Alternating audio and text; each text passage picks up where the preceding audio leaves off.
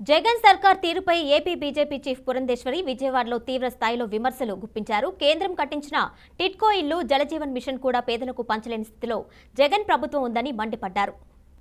కేంద్రం ఇవాళ 22 లక్షల ఇళ్ళు రాష్ట్రానికి ఇస్తే అక్కడ టిడ్కో ఇళ్ళు అంతకు ముందు ఉన్నటువంటి ప్రభుత్వం కట్టినటువంటి 3 లక్షల టిడ్కో ఇళ్ళు కూడా పంచలేనటువంటి పరిస్థితిలో ఇవాళ ఈ రాష్ట్ర ప్రభుత్వం ఉంది. ప్రస్తుత అధికారంలో ఉన్నటువంటి వైఎస్ఆర్సీపీ ప్రభుత్వం శుద్ధమైనటువంటి త్రాగునీరు ప్రజలకు అందించి వారి ఆరోగ్యాన్ని కాపాడాలి అని జల్ జీవన్ మిషన్ అని చెప్పి చాలా ప్రతిష్టాత్మకంగా కేంద్ర ప్రభుత్వం తీసుకుని వచ్చి వేలాది కోట్ల రూపాయలు రాష్ట్ర ప్రభుత్వానికి ఇస్తే ఎన్ని ఇళ్లకి మీరు కుళాయి కనెక్షన్లు ఇచ్చారు? ఇవాళ పలానా కులంలో మహిళలు ఉంటే వాళ్ళకి 15,000 ఇస్తారు, పలానా కులం వాళ్ళైతే నేను 10,000 ఇస్తాను, ఆటో డ్రైవర్కి నేను 10,000 ఆటో డ్రైవర్కి ఇస్తున్నారు.